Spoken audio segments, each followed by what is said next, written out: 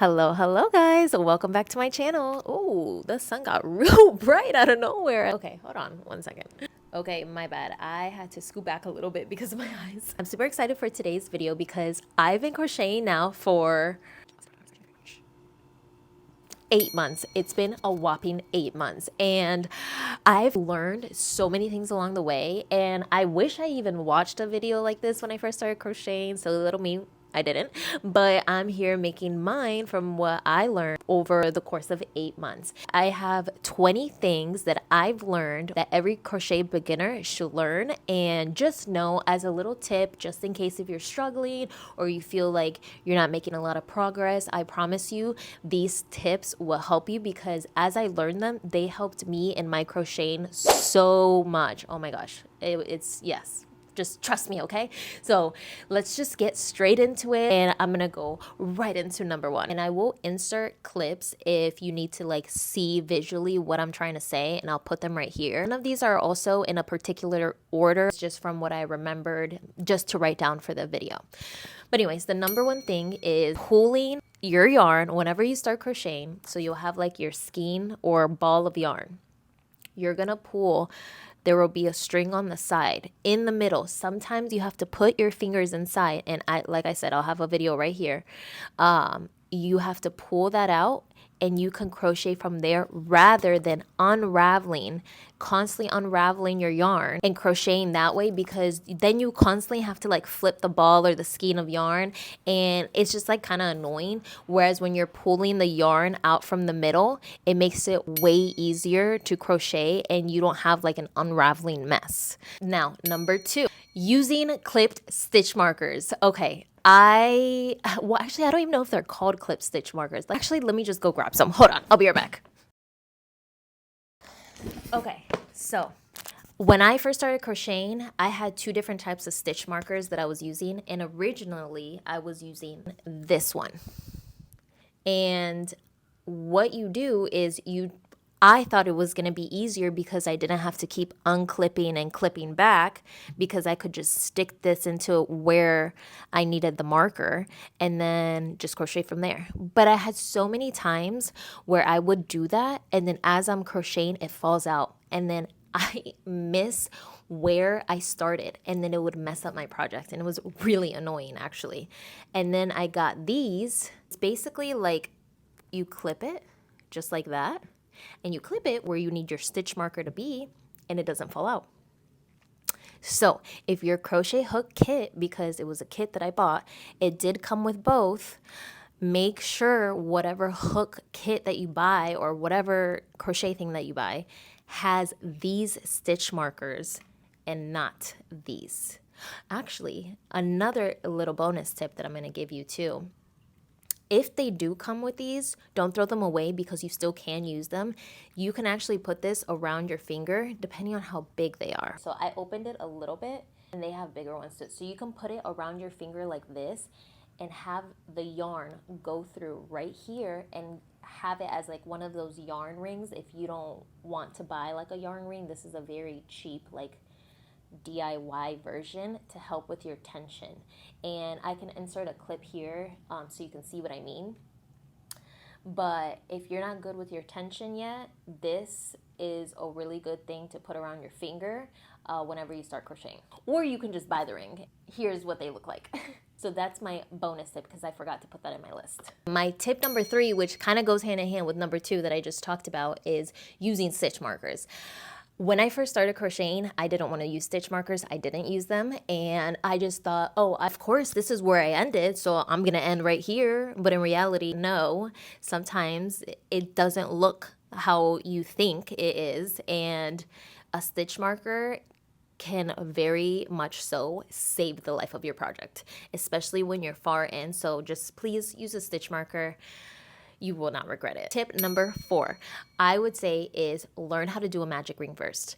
I know a lot of people start with just basically doing a bunch of single crochets and we'll make like a blanket or something, or do a lot of granny squares. But let me tell you why I would say to start with a magic ring or a magic circle, whichever you want to call it. Learn that first, because it is the base of a lot of projects, especially if you want to crochet clothes and or like stuffed animals and stuff like that.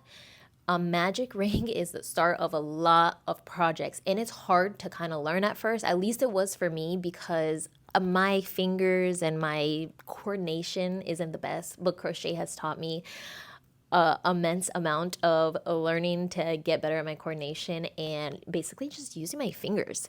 And a magic ring was a little hard for me at first, so I would suggest practicing that first before practicing, let's say, granny square. Number 5, and this one is so major, I probably should have made this number 1 if I was going by an order, and that is tension is everything. Master your tension. Oh my gosh, I think that has been a total game changer for me lately, because I finally have like mastered my tension after months. And don't be discouraged if it takes you months, because it will. And this back pinky is everything for tension. You're holding your yarn while you're crocheting. This back pinky can loosen or tighten your tension, and if you keep the same tension the whole way, your project is going to look really, really good. And that is what makes projects look very good, very seamless, very even, is because of the tension. And that's something that I didn't notice at first or didn't know. And I was also just bad at like keeping a good tension, an even tension. But once you have a good handle, literally just master your technique of how you crochet and how you hold your yarn and even how you hold your hook. But the hand that you wrap your yarn around with this finger and this pinky, I'm telling you, once you master that, you are going to be very happy with the end results of your project. Number 6, and I don't know if this one will be controversial or not, but I would steer clear of single crochet projects. I know it's like the most basic thing to learn first, so it is good for beginners, and don't get me wrong, I'm not saying to don't do it, because that's what I did at first. When I first started crocheting, all I did was make a little basically box of like single crochets, and I would suggest doing that so you know what a single crochet is, and you're gonna need to practice that anyways, because a lot of projects can have single crochets. But don't do like a whole project that is just single crochets, because it is incredibly time consuming, and you might as well just learn a double crochet or even a half double crochet and do that over and over again for like a simple project, because you're gonna use those way more often in like your projects rather than a single crochet. Most of my projects now have been a lot of times is double crochets, and I would just learn to master like a double crochet first and just not waste your time with doing a project that is strictly just single crochets, because let me tell you, then take forever. Tip number 7, because I want you to learn from my mistakes. Do not buy yarn from Amazon. Do not even buy yarn online as a beginner, because as a beginner, you need to go to the store and feel and look at the yarn to see if it's quality yarn and it doesn't get, let me go grab the yarn and show you what I bought from Amazon versus what I bought in store. So this is an example. I bought this from Amazon because I just bought a bunch of colors of yarn, like a kit of it, because I was just starting out. Whenever I crochet with this Amazon yarn, whenever I stretch it out, it gets so skinny. And it's so hard to crochet with this because, one, it makes your project look so small. Your project comes out way smaller than you think, and it's just not good quality. Whereas this yarn I got from the store, where is the little, oh, and look, this is what I meant by earlier, pulling it from the inside. Look at that. Look at that. You crochet and it just comes out from here rather than unraveling it. But anyways, back to my point. Do you see how that keeps its basically thickness? Whereas you have this Amazon yarn. Look at the difference. Can you see a difference? Even if you can't, just trust me on this. Go buy your yarn in the store. Go look at it. Go touch it. See if you like it. See if it works for you. There's no way you can't tell. Just trust me. And also, it slides off the hook a lot. You just don't know the quality when you buy online, especially as a beginner. And I feel like as a beginner, you need to work with the easiest type of yarn that you can to get in the groove of things. Number 8, and that is whenever you're working on a project, I'm gonna insert a video here. Please, for the love of God, pull whatever last part that you're on, pull that loop, pull it big, because I've gone through so many bad times of not doing that and just taking the hook out, leaving the project as it is. Then my project gets moved, I move it, I don't notice, my cats mess with it, and guess what? All your work, your whole last row that you just did, legit just gets pulled out, and then you don't even know where you're at. And on top of that, like, now you got to recrochet what you did. But if you pull the loop out way big, if it does get pulled on, which it most of the time does, if you just leave a crochet project laying around, you're not going to lose your spot. It's still going to be pulling and your loop will just get smaller, but like I said, you'll be fine. Spot that you left off on, still there because the loop is so big. Alrighty, number 9 is get ergonomic hooks and get a compression glove. Because when I first started crocheting, I was using these cheap hooks, which don't get me wrong, I love them because they were my first hooks. I've been through so much with them and they still are good and get the job done. But ergonomic hooks feel so much better on your hands. Oh my gosh, I don't get pain as much. I used to get pain all the time and get these like little bumps on my fingers because I wasn't using ergonomic hooks. And also compression gloves can help when your hand is like throbbing. And it just feels so much better when you're taking these precautionary steps and not having pain. They're also not that expensive. Legit, I got these ergonomic hooks for $5.99 because they were on sale. Oh, we're halfway there. Number 10 is do your hand stretches before, during, and after. This kind of bounces off the last one. I'm telling you, when you start crocheting a lot, you're gonna get hand pain. And there was one time that my hand pain was so bad because I wasn't taking any of these precautionary steps because I didn't even think I had to, because I'm like, I'm young, I'm fine, it's just my hands. No, you are not invincible and it can happen to you. Hand stretches before, during, and after. They make such a difference. Your hands end up getting very tense, especially if you don't stretch them, and it helps a lot. This is what I mean by hand stretches. Literally, it can be so simple too. Like, I like to go like this with my fingers, like this, with each finger. Go like this, pulling your fingers, any type of stretches that feel good to you that you've done for your hands before, do them for crochet. Number 11 is start with small projects. It's gonna give you such a good like satisfaction, such a satisfying feeling when you're able to finish something, because it can be very frustrating when you start crocheting, like especially if you have to keep redoing things. It's taking forever to get something done, like weeks and weeks on end, and it makes your motivation start going like this. But when you do a small project and you get something done, you're like, oh my God, I can do this. And then you get another small project done within like a week or something. You're like, oh my gosh, maybe this isn't so bad after all. Let me keep going. And it's very nice. So that's my suggestion. Gather a couple small things that you want to do and do a small project. Number 12, oof, please listen to this one. Weave in your ends as you go. Oh my gosh. Okay. There's been so many times I'll finish a project and I'm so excited because I've been taking forever to finish the project, weeks or days or whatever, hours, blood, sweat, and tears have gone into it, and you're done and you feel relieved. Then you see all your ends. Worst feeling ever. Worst feeling ever.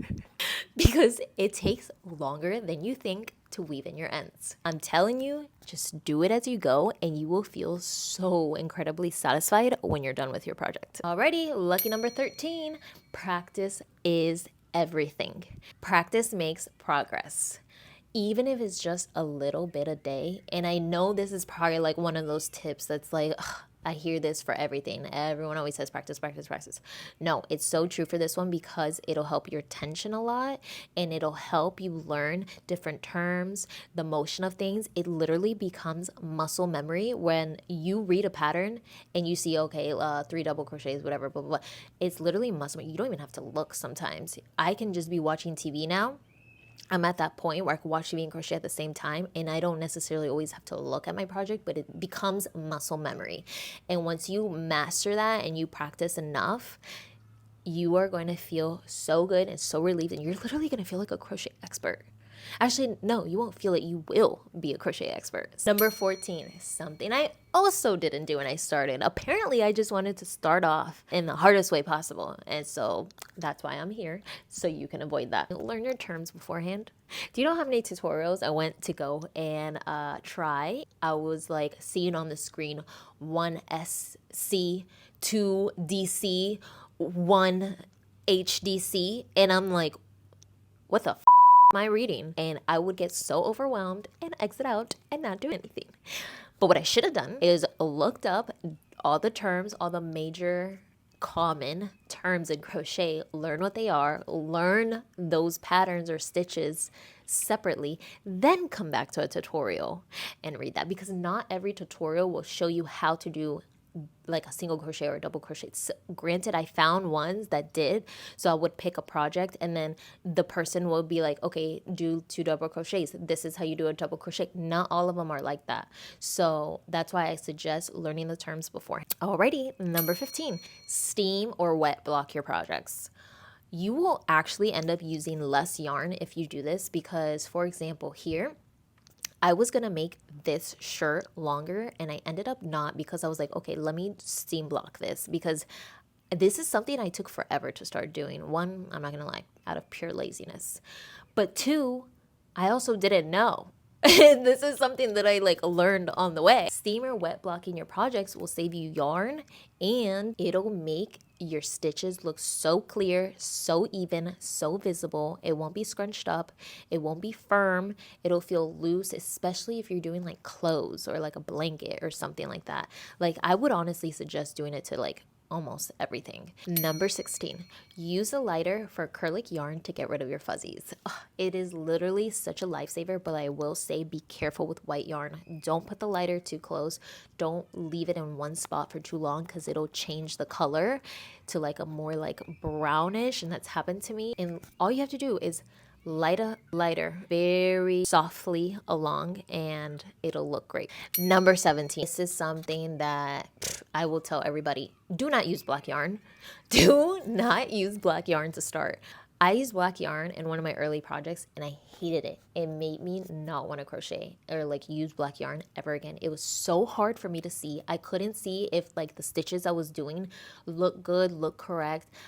Couldn't sometimes see where to put the hook into like the hole, because I couldn't, like now, like crocheting now, I can feel what like a double crochet or like a single crochet or a half double crochet. I can feel that. I don't have to see it. But before, I wasn't able to distinguish them from just touch. Wait until you are more experienced and then go back to black yarn, because I recently went back to black yarn. I'm literally working on a project right now and I'm using black yarn, and it's been 8 months since I've used black yarn, and I was scared to go back it because of the PTSD from like a prior black yarn that I've had to work with. And I am so happy that I'm able to work with it again, because I do like making some things that are like with black yarn, and it is so much easier and so much better now. Number 18 is also along the lines of yarn. Use acrylic yarn over cotton yarn when you're starting off. I know you may want to go straight into buying cotton yarn, but acrylic yarn is so much easier to maneuver. Like cotton yarn can be not as stretchy as acrylic yarn, and it's easier to maneuver acrylic yarn over cotton yarn. I would suggest getting a hang of like a first couple projects with acrylic yarn first and then moving on to cotton. Also, cotton yarn splits way more, and it gets very frustrating, especially as a beginner, when you're crocheting and your work keeps splitting. It makes your time of working on a project way longer. Number 19, whenever you're watching a tutorial, and this is something that again I've learned over time, if you feel off the bat you're not understanding the person, go to another tutorial. 9 times out of 10, whatever you're crocheting, you can find another tutorial for that same thing that you want to make. And you could connect with the YouTuber who posted the tutorial more or understand them more, because there was one time I was making a shirt and it felt extremely hard for me to make. And I messed up in so many spots and I basically wanted to give up. I was like, I thought I was better at crocheting. I'm confused. And like now this project, like I feel kind of dumb and like I'm not understanding it. I ended up finding the same exact tutorial from another creator and I watched hers.